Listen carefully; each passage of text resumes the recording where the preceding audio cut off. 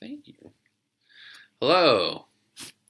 I am here. This is vlog number 6, I think. My dog is licking my hand right now. There he is. And he's, if you can see, there he is. It's Toby. And he was licking my hand. And it's disgusting. And makes my hand smell. I can't stop him. Now he's looking at this. It's okay. He's looking at the thing again. It's Toby. Okay. Well, you know what? Relax. I shouldn't have brought him in here. It's bring your dog to work day. And so, Toby. Nope. Hey, look. Are you happy? You gonna growl at yourself? Yeah, we know. Alright, look. I need you to stop so I can get on with my blog. Hello and welcome to my blog. Have you heard about Edward? On the back of his head, he had another face. You ever heard that Tom Waits song? Apparently it's true. It's about this guy who had another face on the back of his head. You can Google it. You'll find a photo of him. And apparently the face would cry and laugh. It couldn't talk. But it cried and laughed, and it was on the back of his head. And he claimed it would whisper to him at night, "Toby, stop licking my hand." It's disgusting. I love you, though. You're great. And it drove him. Apparently, he claimed it would whisper him to the night, and it drove him crazy, and he ended up killing himself. Whoa, what a great story, Doogie. Thanks. I know, it's depressing. But the reason I brought it up is I'm doing a show of 3 Edwards today. I've decided there need to be some themes. And so today's theme is the tale of 3 Edwards. Before I continue, however, speaking of Tom Waits, my friend John McKeever does a great Tom Waits impersonation of Tom Waits. I want to sing and I want to dance with somebody. He goes, I want to dance with somebody. Want to feel the heat. When he sings it, it sounds like Tom Waits, not Bruce Springsteen. I feel like that sounded more like Bruce Springsteen. Or probably sounded the most like me. So the first Edward I want to talk about is Edward Thorpe.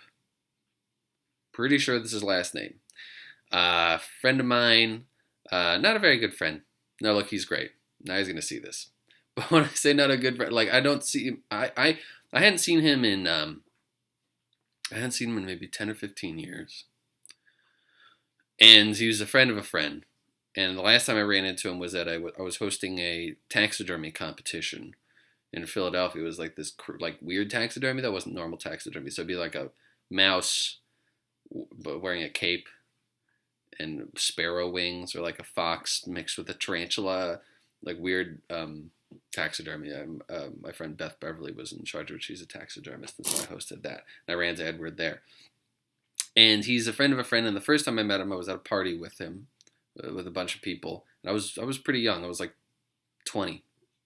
I was still in college.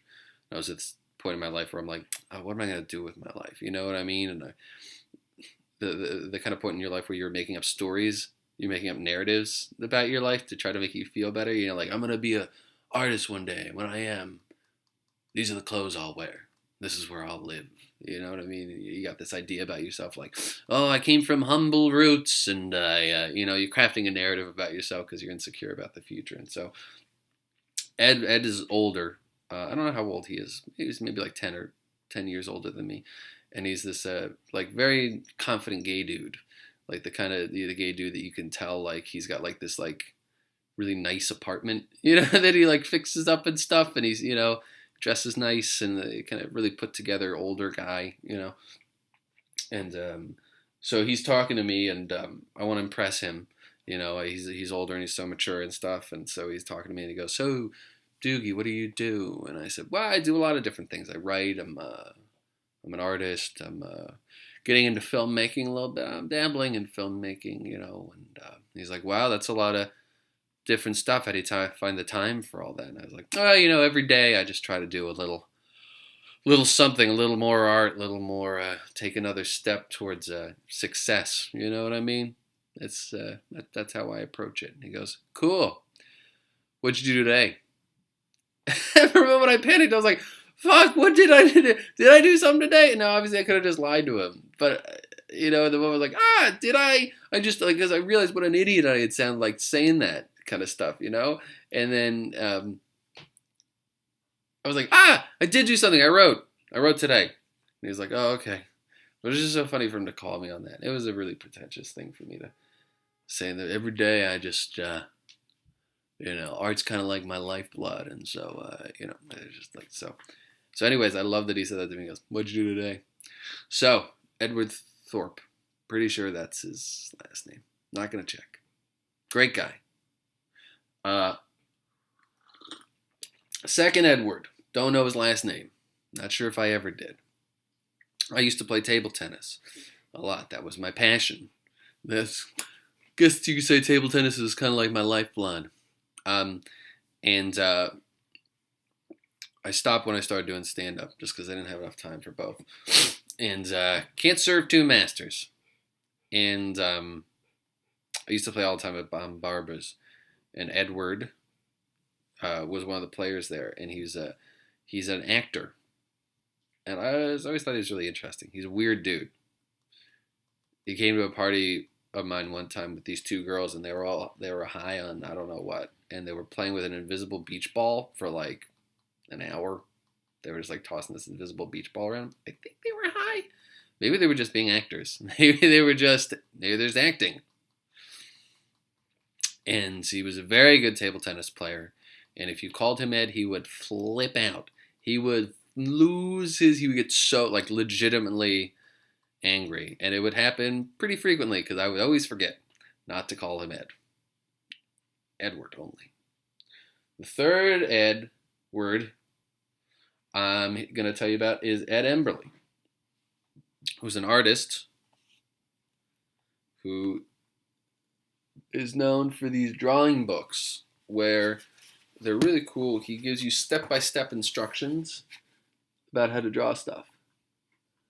And see, he'll show you like the little things to draw, and then you add them to the drawing. And all his drawings could be made with really simple shapes. And I read these when I was a kid, and I'd forgotten about them, and I forget how I remembered. And he has this book, Make a World. It's about how to draw stuff like horses or like carts. And it's so cool. Like, look at all this shit. It's so cool. And I don't know why I remembered him. I remembered him like a year or two ago, and I went and got his books again, and it like totally changed my drawing. It helped my drawing so much because he uses really simple shapes. He uses shapes like circles and squares, and there's a real strength in those. And so I was drawing just using kind of like random shapes.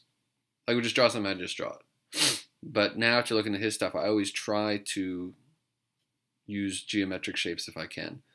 It just creates a stronger drawing. If you're going to be simplifying anyways, if you're drawing in a cartoony manner anyways, it's similar like the idea of big shape design. You know what I mean? If you look at like The Incredibles or a lot of Pixar designs, if you look at that character, a lot of times that character can be broken down into larger shapes, not necessarily simple geometric ones like squares or circles, but like powerful forms. You can sort of like trace them, and they try to use like the same lines. You know what I mean? Like they'll start a line here for the head, and then it kind of flows into the back, and then kind of flows back into the arm, and then into the hand and stuff. You know what I mean? Like there's a dignity and there's a power in simple shape design. So anyways, that's what I learned from Ed Emberley. And those are my 3 Edwards. Have you heard about Edward? On the back of his head, he had another face Was it a woman's face? It wasn't.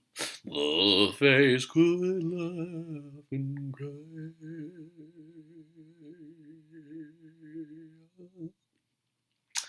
Good vlog. 10 minutes isn't long enough for me. It's probably more than long enough for you. I just love the sound of my voice. I could do this. I could do it for an hour every day. Thank you for tuning in. I hope you enjoyed yourself. Let's say goodbye to Toby here real quick. Oh, there we go. Hey, Toby, say goodbye. It's you. It's you. He's furious. All right, I'll see you later. Thank you for tuning in.